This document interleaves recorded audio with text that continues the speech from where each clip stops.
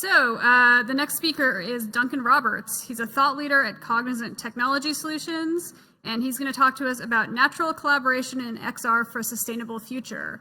So without further ado, welcome, Duncan. Good morning, everybody, or should I say good afternoon? It's morning here in London, so starting my day early, but thank you for having me. My name is Duncan Roberts. I work for Cognizant at the Cognizant Centre for the Future of Work. And for those of you who don't know, Cognizant are a 300,000 associate strong technical services firm. We do everything from consulting to professional services, to project management, to delivery. And if you don't know about us, you might have seen us fairly recently plastered all over the Aston Martin Formula One car. So we've got quite a big sponsorship deal with them. So raising our brand somewhat with that. But a bit more about me. I joined the Centre for the Future of Work about a year ago, having worked in strategy and advisory consulting. But before that, in my spare time, I'd done a lot of work in XR. So I picked up the Oculus DK1 when it first came out, and I did some tinkering, as I'm sure we all did, the DK2, and then following on from that, I picked up one of these headsets that sadly now no longer exists. But I did a lot of work with Google on their Daydream release. Am I still going? I think I might have frozen.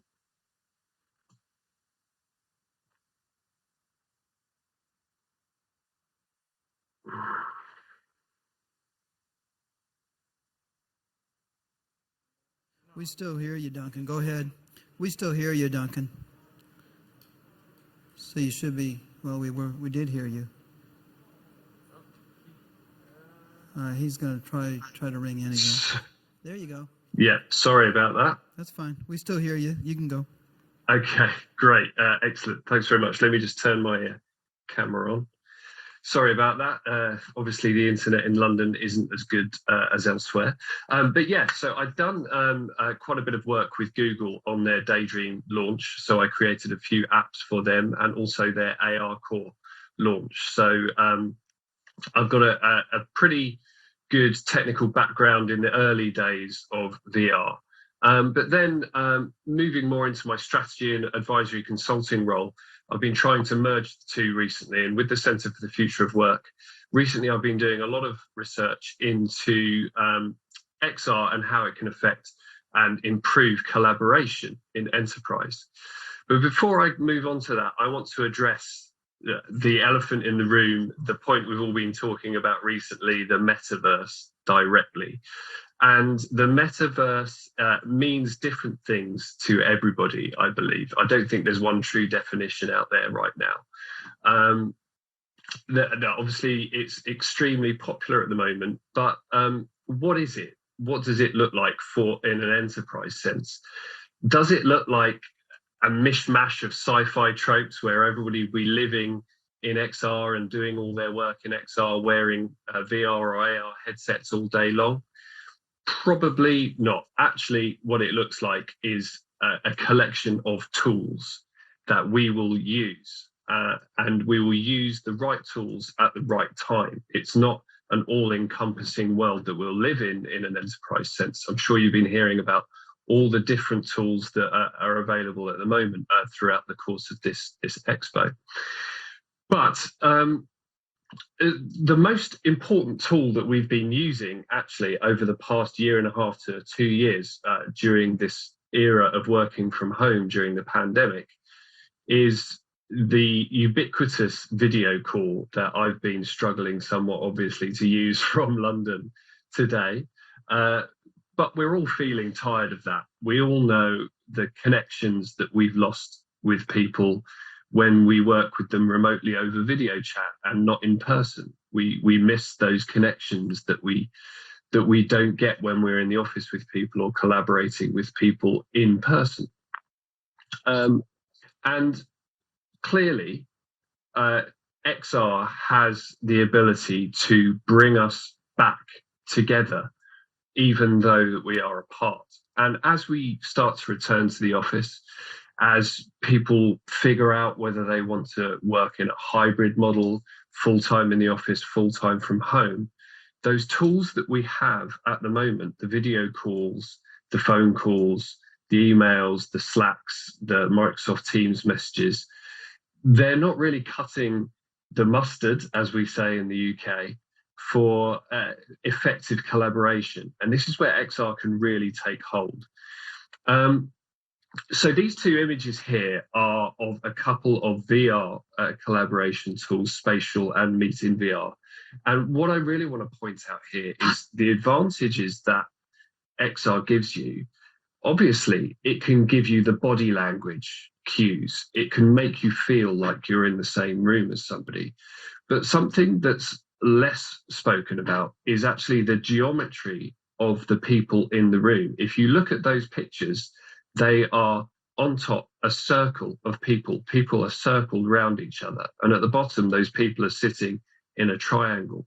The sight lines between them are natural. The way in which people are looking at each other is natural. Whereas when we're all on a video call, we're all staring at each other in the eye every single second. And that gets tiring. We can't move around. I can't move out of this frame that I'm in at the moment. And after some time, that gets quite exhausting, quite frankly, if you're on video calls for a lot of the day, a lot of the week, a lot of your time. That can obviously be done in VR, it can be done in AR, it can be done in a combination of having people physically located in a meeting room and bringing people in remotely through augmented reality to make them feel like they're really in the room. I'm sure we've all been in a situation where you are in a meeting and you have a speakerphone in the middle of the table, and this disembodied voice occasionally speaks out in the room, and everybody else who was in that office has forgotten that person was even on the call. That will not happen with XR. Those people will feel like they're really there. But it, as I say, it is a tool, and we need to treat it as such. So all of these different items here are different tools that are going on in the enterprise workplace. So we've got design, we've got training, we've got people using it for training, we've got people using it for in healthcare or in manufacturing. All those different tools that we have are really important to conceptualize as individual things that we treat as enterprise systems in the same way as we treat any other enterprise system that we have. The video calls, the collaboration, the manufacturing item, the healthcare item. There are so many different applications for this, all involving collaboration. So teams are going global, hybrid work, XR can support all of that, but what are the issues? What are the issues that are going to prove barriers to adoption? And I bring up this nice picture of avatars. I think the avatars look great. And obviously when you are in XR, when you're in a virtual reality environment, or when you're using an augmented reality headset, those avatars are very engaging. They move and they react as if they were human. And that can be as engaging as being in a room with somebody, and definitely more engaging than speaking over a video call. But let's be honest, if you showed this to your staff in your corporation or even your small to medium-sized business, they can be put off. They can say, I don't think that really looks like, I don't know what I'm going to get from speaking to what I believe is essentially a cartoon character. I saw somebody describe the metaverse as we're all going to be living in Paw Patrol at one point, which was quite interesting. There's also the point about how avatars should look. So should they have this slightly caricatured basis, or should they look more photorealistic? And this throws up all sorts of issues with the uncanny valley, people feeling a little bit unsure about how to react with these representations of their co-workers when they don't necessarily look like them. There's also some issues with how those avatars are representational of yourself. So if you are an enterprise and you are using XR for collaboration, should you enforce that all avatars should be as close a representation to the employee as possible? Well, what if the software that you're using does not have the characteristics of the person that's creating that avatar that they feel strongly identifies themselves? What if there's a piece of religious clothing that doesn't exist in the makeup of that avatar? What if the person doesn't identify as their actual physical appearance and they'd like to, for instance, have a different gender or have a different skin tone, or have a different hairstyle? You know, what are the policies that you put in place for there?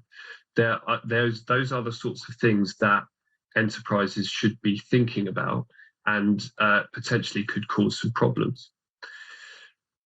The other point, and an increasingly important point in the XR world, is the personal data that you are creating and storing and using when we are working in XR.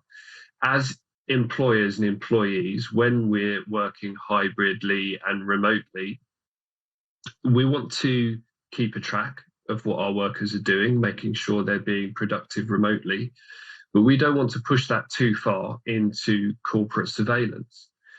When you are using XR, you are generating a new type of biometric data that makes that person easily identifiable. It shows where they're looking, what they're doing, and how they are interacting with the virtual environment and their colleagues all the time. And if you're using that, for instance, in a training simulation, that data is being generated, stored, used, and evaluated. What are you doing with that data? How are you storing it? Is it going to be removed at some stage? And how much access to that information is there? All of these things need to be considered. They need to have policies created about them, and you need to be upfront and open with your staff about the fact that that data is being created, potentially collected, potentially analysed, and potentially used to determine performance and productivity. That's a really important point, and as I say, more important as time goes on. The other thing is that the general behavior in XR for your employees. It's quite common whenever I've been in XR and brought somebody new in to say, hey, check this experience out, check out what's going on. The first thing they do is get in your face, put your hand in your face, wobble it around, you know, do silly things. When you've got reams of employees all collaborating in XR, some people who might have done it before, might be seasoned pros at it, and some who are new, you need to get over to your staff that the behavior in XR is behavior as if you were in the physical world. You should not encroach on people's personal space. You cannot put your hands in inappropriate places. All of these things apply in the virtual world as much as they do in the physical world, and you need to bring your staff on board with that. Finally, it's in terms of issues. This is a screenshot of the hyperreality video that I'm sure many of us have seen on YouTube, and it's this sort of dystopian vision of AR with advertising everywhere, and you know, just this influx of information at all times.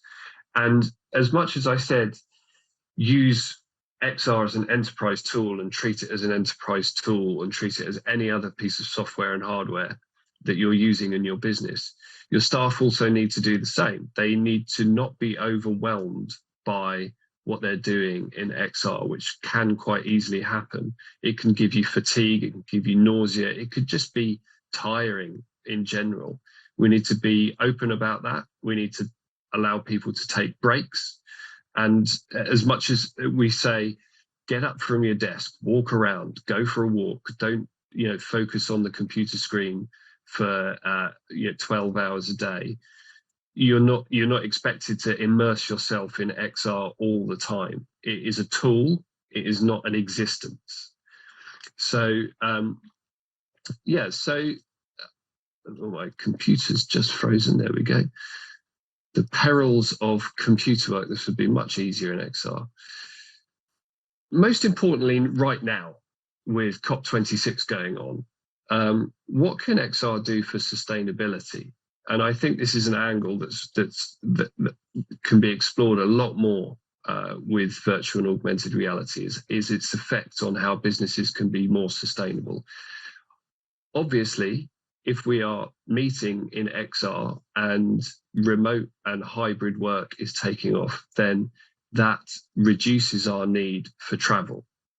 That should be jumped upon in ESG reporting. You know, if you're not traveling as much, you haven't got people going on business class flights and going to visit factories and visiting their colleagues for a meeting and turning up at town hall meetings. If those things are held virtually and not with the limitations of a video call where it's just this impersonal experience where there's no connection, and you can use all the different tools in XR and the 3D visualizations that it brings, you're not losing out anything by not being there in that travel.